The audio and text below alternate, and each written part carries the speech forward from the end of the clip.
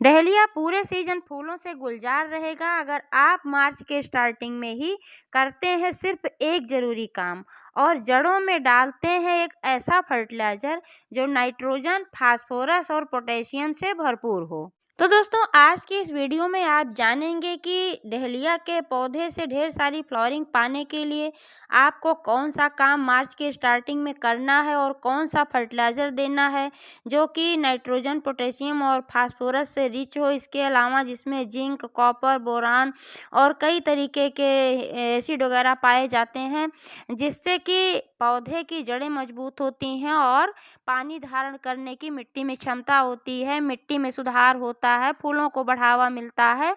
तो संपूर्ण जानकारी मिलेगी इस वीडियो में, तो प्लीज़ वीडियो पर अंत तक बने रहें, बिना स्किप किए पूरा देखें। और जानकारी अगर पसंद आए तो प्लीज़ लाइक करें, शेयर करें और चैनल को अभी तक सब्सक्राइब नहीं किया है तो चैनल को भी सब्सक्राइब करके बेल आइकन को प्रेस कर दें ताकि सारे अपडेट्स आपको मिलते रहें। नमस्कार दोस्तों, स्वागत है मेरे YouTube channel gardening with Poonam में। अब टेम्परेचर थोड़ा थोड़ा बढ़ रहा है दोस्तों और गर्मी स्टार्ट होने वाली है। और जो डहेलिया का पौधा होता है, इसमें गर्मी से लेकर के आगे अक्टूबर नवंबर तक अच्छी फ्लावरिंग होती है। तो अगर मार्च की स्टार्टिंग में ही हम इस पर थोड़ी सी देखभाल इसकी कर लेते हैं तो हमारा यह पौधा जो आने वाले समय में अच्छी फ्लावरिंग करेगा। क्योंकि क्या होता है दोस्तों, डहेलिया का जो पौधा होता है, इसमें बहुत ज़्यादा फुटाव अपने आप इस तरीके से नहीं होता है, ऐसे ही ये सीधा चला जाता है। तो सबसे पहला काम तो इस पर क्या करना है कि जब यह पौधा 1 फीट का हो जाए लगभग, या तो 1 फीट से थोड़ा बड़ा भी हो सकता है, 12 इंच 14 इंच का हो जाए, तब आपको क्या करना है कि बीच से इसको कट करके हटा देना है। नीचे से 3 नोड छोड़ करके ऊपर से इसको कट करके हटा देना है। आप देख पा रहे हैं मेरा जो डहेलिया का पौधा है, इसको मैंने लगभग 2 महीने पहले लगाया था और मैं इसको नर्सरी से लेकर के आई थी। जब मैंने इसको लगाया था दोस्तों, तो ये बिल्कुल छोटा-सा था और ये काफ़ी बड़ा हो गया था, लगभग 1.5 फीट का हो गया था। तो मैंने इसको नीचे से 3 नोड छोड़ करके ऐसे यहाँ से बीच से कट करके हटा दिया था। और अब आप देख पा रहे हैं कि जहाँ से मैंने यहाँ कट करके हटाया था, तो साइड से यहाँ पर अच्छा फुटाव आया है और एक की जगह पर इसमें 4-4 शाखाएँ निकली हुई हैं।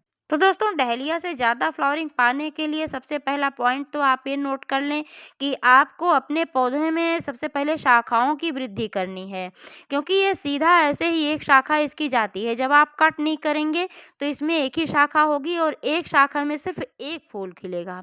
और जब ऐसे आप कट करते रहेंगे तो इसमें मल्टीप्लाई होता रहेगा, एक ब्रांच में 2, 2 में 4, ऐसी ही होती रहेंगी, तो आपको ज़्यादा फ्लावरिंग मिल पाएगी। अब आप देख पा रहे हैं यहाँ से मैंने जो कट किया था, यहाँ 4 ब्रांचेस निकली हुई हैं, अब इसमें चारों में फ्लावरिंग होगी। और जब इसमें से हम फ्लावरिंग ले लेंगे तो इसको भी जब हम कट करेंगे तो इन चारों में से फिर 3-3, 4-4 निकलेंगे, तो इस तरीके से पौधा हमारा घना होगा। क्योंकि फरवरी मार्च में दोस्तों पौधों की ग्रोथ बहुत ही अच्छी होती है, तो इसलिए इस सीज़न में इसकी कटाई-छँटाई करना बहुत ही अच्छा होता है। इस समय कटाई-छँटाई करने से इसमें ढेर सारी ब्रांचेज़ निकलती हैं और पौधा हमारा तेज़ी से बढ़ता है। और दूसरी इम्पोर्टेंट बात जो है दोस्तों, कि डहेलिया का जो पौधा होता है थोड़ा बड़ा साइज़ होता है इसका, तो इसलिए इसको थोड़ा बड़े प्लांटर में अगर आप ग्रो करेंगे तो इसका ज़्यादा अच्छा रिज़ल्ट आपको मिलेगा।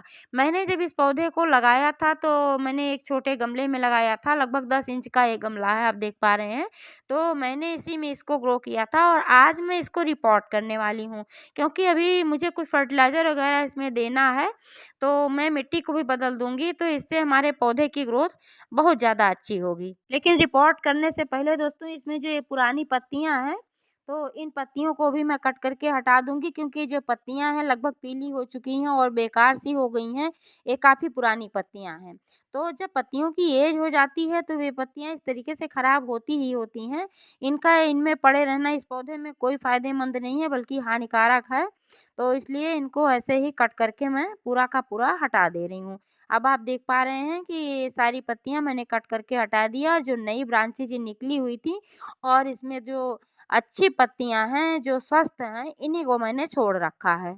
मैंने जब इस पौधे को ग्रो किया था इस गमले में, तब भी मैंने एक अच्छी पॉटिंग मिक्स का इस्तेमाल किया था, जो कि जल निकासी, भुरभुरी और दोमट मिट्टी थी। इसमें मैंने मिलाया था 50% गार्डन सॉइल और 20% मैंने मिलाया था इसमें मोटी वाली रेत और 30% गोबर की खाद मैंने इसमें डाला हुआ था। जब गोबर की खाद वगैरह पड़ जाती है तो मिट्टी जो होती है इसकी गुणवत्ता बढ़ जाती है, और जब ये रेत डालते हैं तो मिट्टी का घनत्व कम हो जाता है। इससे यह मिट्टी जल निकासी वाली हो जाती है, इसमें पानी स्टोर नहीं होता, बहुत ज़्यादा रुकता नहीं है, बस मिट्टी में नमी बनी होती है जो कि हमारे पौधे के लिए आवश्यक होती है। और भुरभुरी होने की वजह से मिट्टी जब भुरभुरी होती है तो जड़ों तक ऑक्सीजन अच्छी मात्रा में पहुँचता है और जड़ें साँस ले पाती हैं। और दोस्तों आज भी मैंने ऐसे ही पॉटिंग मिक्स तैयार करके रखा हुआ है। जैसे कि मैंने लगाया हुआ था पौधा, तो उसी तरीके का मैंने 50% गार्डन सॉइल और 20% रेत और 30% मैंने इसमें मिलाया हुआ है गोबर की सड़ी हुई खाद। तो ऐसे ही पॉटिंग मिक्स तैयार करके मैंने इस गमले में रखा हुआ है, और कुछ मिट्टी इसमें से, लगभग अधिकांश मिट्टी मैं इसमें से ऐसे ही नीचे गिरा ले रही हूँ, क्योंकि अब इस मिट्टी में मैं मिलाऊंगी एक दूसरी खाद, और इसको खाली भी करना है, क्योंकि जब मैं पौधे को रिपोर्ट करूँगी तो उसमें भी कुछ मिट्टी होगी, तो जब पौधा इसमें मैं रखूँगी तो इसके लिए यहाँ पर स्पेस होना ज़रूरी है। मिट्टी ऊपर से डालना होगा, कुछ मिट्टी नीचे से डालना होगा।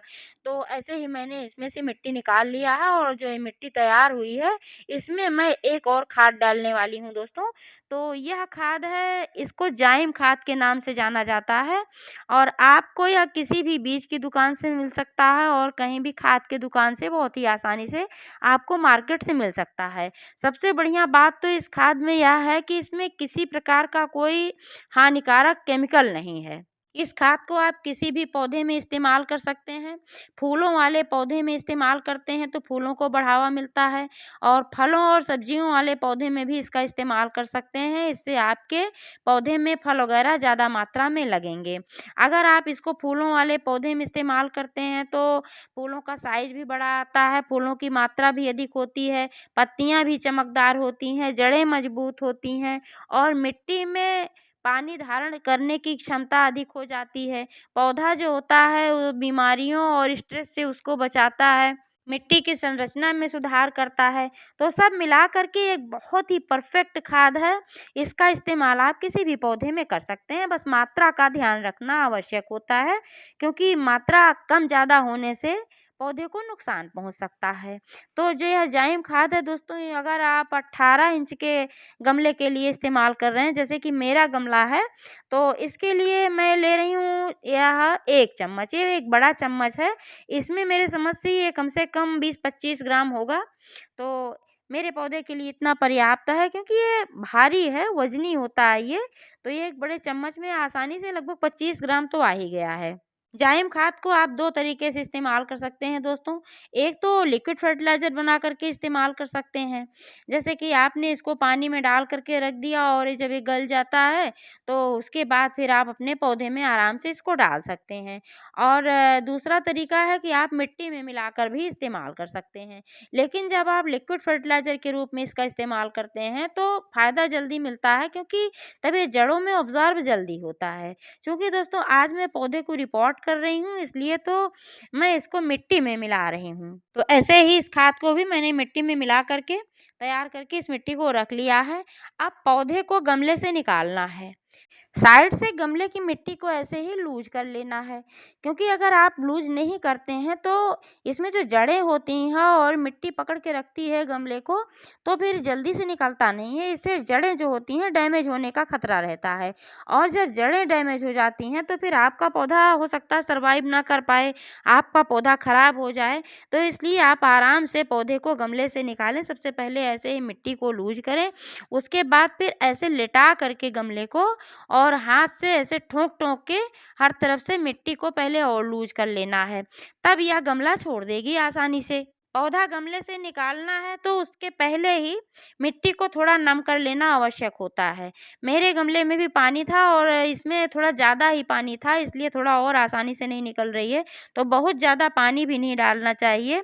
तो गीली थोड़ा थी मिट्टी, तो अगर मिट्टी भुरभुरी रहती है तो आसानी से निकल जाती है। पानी इसमें थोड़ा ज़्यादा था, ज़्यादा क्या था, अभी जल्दी मैंने पानी डाला था, तो पानी थोड़ा पहले अगर आप डालेंगे तो मिट्टी में पानी सोख लेगा और मिट्टी नम रहेगी तो आसानी से पौधा निकल जाएगा।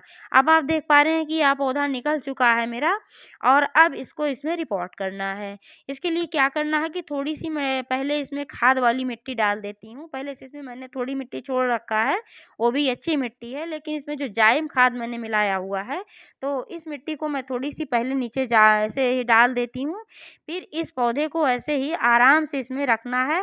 इस तरीके से रखना है कि पौधा टेढ़ा-मेढ़ा ना हो, और घुमाकर हर तरफ से ऐसे ही देख लेना है कि पौधा सीधा होना चाहिए। अब ये जो तैयार मिट्टी है ऊपर से ऐसे ही गमले में आराम से सब डाल देना है और ऊपर तक पूरा फिल कर देना है, और हल्के हाथों से इसको ऐसे ही पुश कर देना है, जिससे कि इसमें आराम से ये सेट हो जाए। पूरी मिट्टी फिल करने के बाद दोस्तों इसमें देना है अब गहराई से पानी, क्योंकि मैंने अभी पौधा रिपोर्ट किया है तो ये मिट्टी पूरी तरीके से ड्राई थी, और इसमें आपने देखा कि मैंने अपने गमले में जो पौधा गमले से मैंने निकाला हुआ था, तो इसमें जो मिट्टी लगी हुई थी जड़ों में, मैंने पूरी मिट्टी नहीं निकाला है, क्योंकि अगर पूरी मिट्टी आप हटा देंगे, केवल जड़ें ही रहेंगी, तब आपका पौधा सर्वाइव नहीं कर पाएगा। इसलिए जब भी आप पौधे को रिपोर्ट करें तो इसमें मिट्टी थोड़ी-सी छोड़ देना चाहिए, और पूरी की पूरी मिट्टी नहीं हटाना चाहिए जड़ों के पास से, कुछ मिट्टी रहने देना चाहिए, और जब भी मिट्टी थोड़ी हटाएँ तो आप इस बात को ध्यान रखें कि जड़ें ना डैमेज हों। अब आप देख पा रहे हैं कि मैंने इसमें गहराई से पानी भी दे दिया है, और अब इसको रखना है धूप वाले स्थान पर। तो जब डहेलिया के पौधे में अच्छी धूप लगती है तभी यह पौधा ठीक तरीके से चलता है, और समय-समय पर ध्यान देने की ज़रूरत होती है कि कहीं पौधे में किसी प्रकार के कीड़े का अटैक तो नहीं हो गया है। तो समय-समय पर इसमें नीम ऑयल का छिड़काव करते रहना चाहिए। लगभग 10-15 दिन में, 20 दिन में एक बार तो इस पर छिड़काव कर ही देना चाहिए जब कीड़े नहीं लगे हैं तब भी। अगर आप नीम ऑयल का इस्तेमाल नहीं करना चाहते हैं तो आप ताज़ी नीम की पत्तियों का भी बहुत ही अच्छा कीटनाशक बनता है, उसको बना कर के इस्तेमाल कर सकते हैं। उससे भी जब आप एक बार इस्तेमाल करते हैं तो 1 महीने तक तो लगभग इस पर किसी प्रकार के कीड़े का अटैक होता ही नहीं है।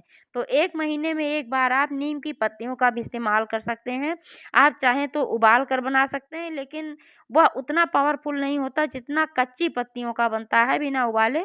तो इन पत्तियों को पीस करके इसका अर्क निकाल लिया जाता है, और 100 ml रस में 1 लीटर पानी मिलाकर डाइल्यूट कर लें और स्प्रे बोतल में भरकर अपने किसी भी पौधे पर आप छिड़क सकते हैं। इससे किसी प्रकार के कीड़े नहीं आएँगे, और कीड़े होंगे तो भी नष्ट हो जाएँगे।